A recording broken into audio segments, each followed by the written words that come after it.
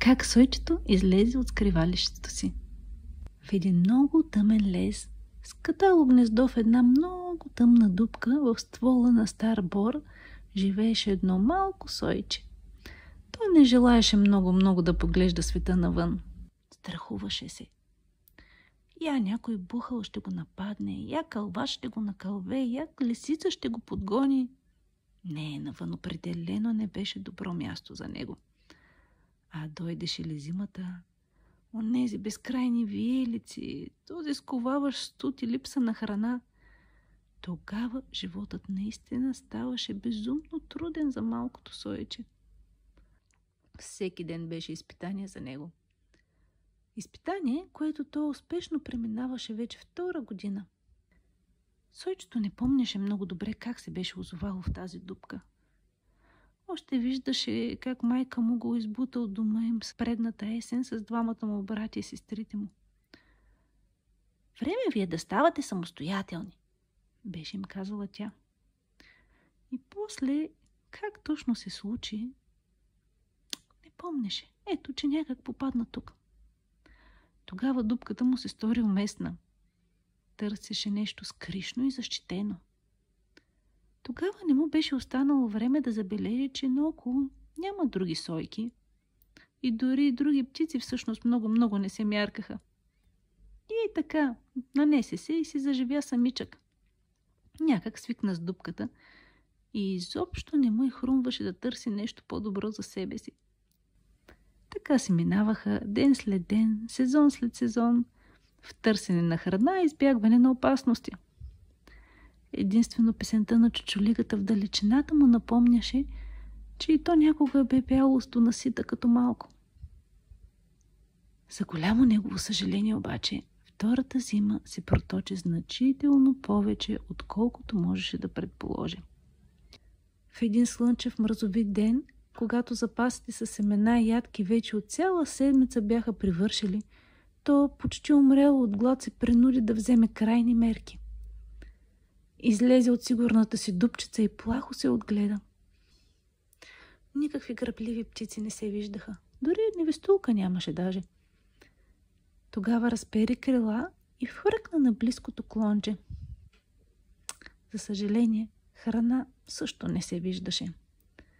Снегът все още се беше разперил по земята, така че покриваше всичко с тънката си перелина. Добре, ще потърся на близката полянка, помисли си сойчето. Там може да е грейнало слънцето и да се е показало някое друго зрънце. Га! Тебе ще чакат семената, присмя му се една стара врана. Тук отдавна обрахме всичко, което ставаше за ядене. Ако си гладен, ще ти се наложи да отидеш до полето. Полето?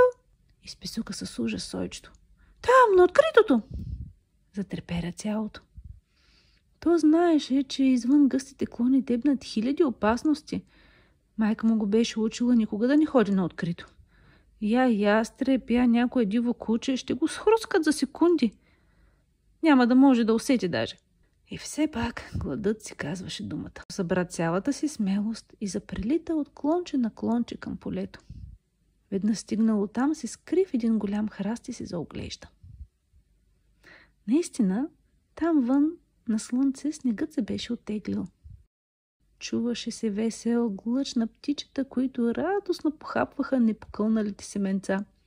Гледката беше така омайна, че сойчето напълно забравило за ръките на майка си и се впусна в радостната надпревара.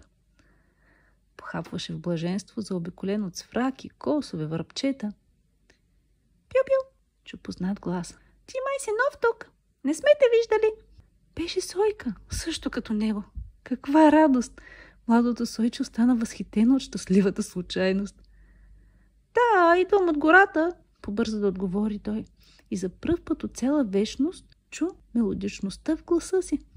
Онази мрачната гора ли? Попита сойката леко притеснена. Онази, дето слънцето не може да се прокрадне пред клоните, за да достигне земята. Как си оцелял там?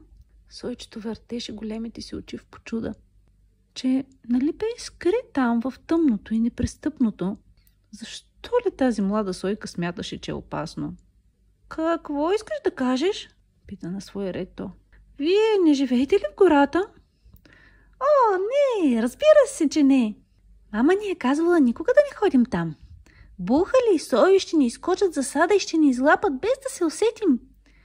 Ние живееме и там, в Буковата горичка до селото. Хората добре ни пазят. Хората? Сойчето остана още по-изненадано. Тези огромни същества, които не спират пред нищо. Ама те не са ли още по-опасни? Не! Стига да ни им се пречкаме и те не ни тормозят. Даже се спират да ни слушат песните. Единствено от ястребите трябва да се пазим. И още не изрекла думите си до края, една друга сойка се провикна. Крийте се! Ястреб! Сойчето замръзна. Не знаеше какво да прави. Беше отишъл твърде далече от тъмната гора. Къде да се скрие? Да беше послушал мама. Сега всичко беше свършено. И то точно когато намери сродни другари. Изведнъж нещо силно го дръпна. Край! Помисли си то. Беше младата сойка. Идвай с мен! Прошепна му тихо, но твърдо тя. Под пуците пръст няма да ни види. И наистина, ястребът ги подмина и отлетя надалеч. Всички птици отново зачароликаха весело и задружно. Единствено сойчето стоеше още вцепенено.